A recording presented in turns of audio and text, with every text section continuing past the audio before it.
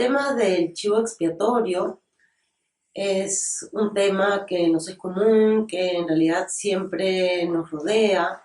es un término que nosotros utilizamos y que normalmente tiene que ver con la persona a la cual todos nosotros culpamos directamente de haber cometido algo, así nos desquitamos y esta persona es separada del resto, digamos, ¿no?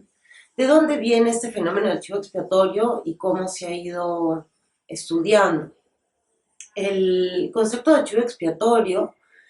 ha sido trabajado a profundidad por René Girard, que empezó trabajando en los estudios literarios y luego le dio un alcance antropológico y cultural al concepto, dándose cuenta que tiene que ver, que está muy ligado profundamente a la condición humana. Ocurre que los seres humanos, según Girard, y creo que por sentido común todos nosotros también comprendemos lo mismo, aprendemos por imitación. Cuando somos bebés, tenemos pocos meses de nacidos, nuestros padres nos enseñan a balbucear, nos enseñan las primeras palabras, luego nos enseñan a caminar, y es así como nosotros, imitando a nuestros padres, a nuestros familiares, a las personas que nos rodean, aprendemos una serie de cosas en la vida. Pero también aprendemos que nos gustan las cosas que a ellos les gustan. Cuando somos niños, niñas, y vemos que alguien está jugando con un carrito, con una muñeca, nosotros también queremos ese carrito y esa muñeca y empezamos también a tomar los deseos de los otros. Este reemplazo, digamos, en la condición humana del instinto que ha sido reemplazado por el deseo, trae a esta situación de aprender por imitación una situación muy problemática porque la imitación viene acompañada de la envidia.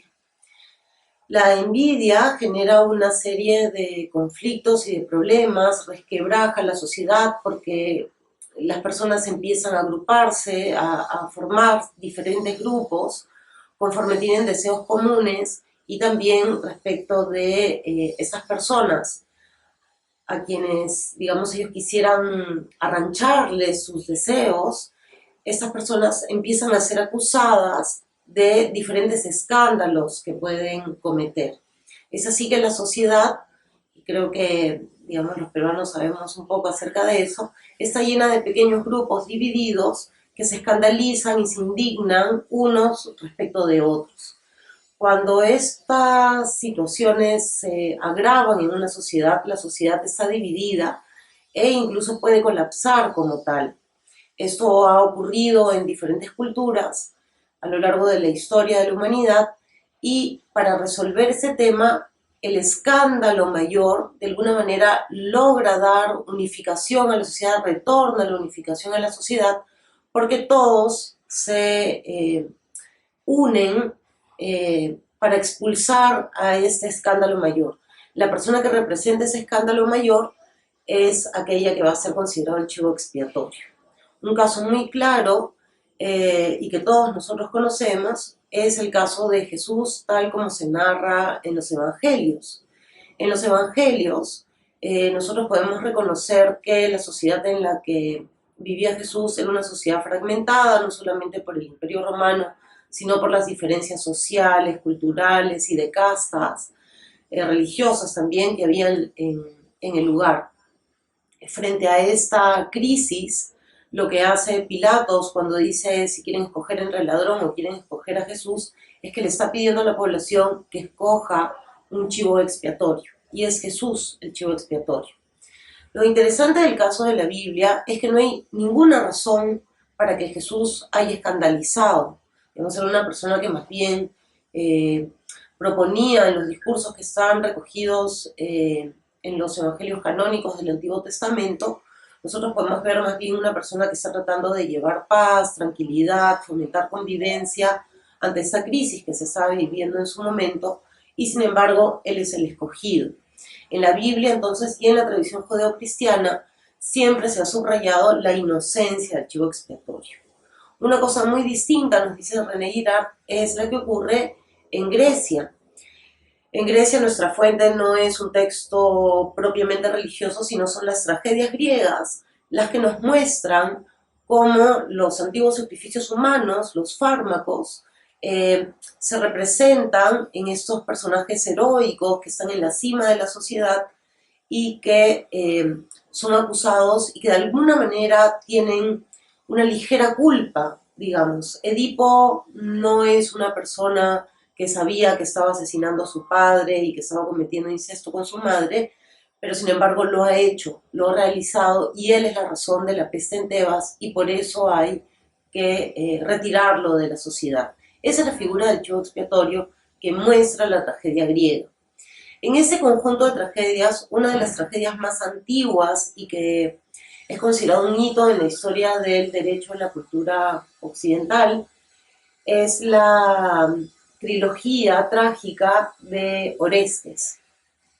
Orestes, hijo de Agamenón, cuando regresa de la guerra de Troya, descubre que su madre, por muchas razones de resentimiento, ha matado a su padre, ha matado a Agamenón,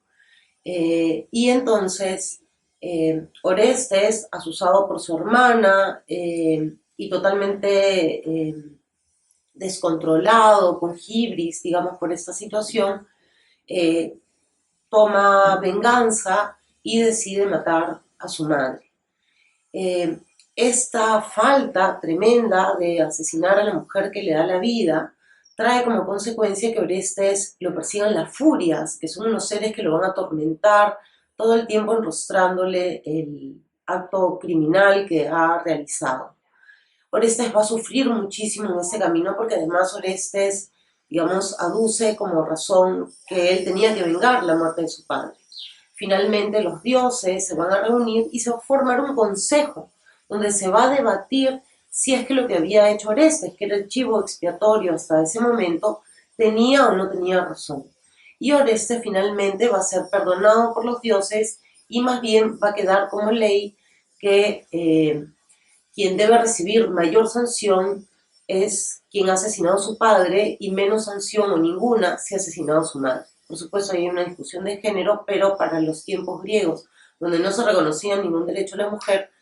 específicamente en el caso de Orestes por haber cometido ese asesinato, esa es la conclusión a la que se llega. Entonces, es una de las primeras obras trágicas donde nosotros podemos observar que el chivo expiatorio finalmente ha sido perdonado, reincorporado a la sociedad. Eso ha ocurrido también en algunos casos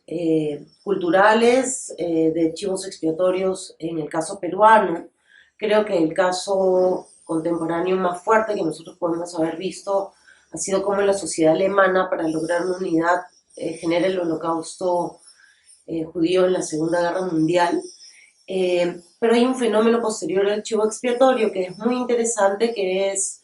la recuperación esta de las que mencionaba que ha sido Orestes y que usualmente trae como consecuencia que el chivo expiatorio sea idealizado e incluso respetado como un héroe dentro de la sociedad.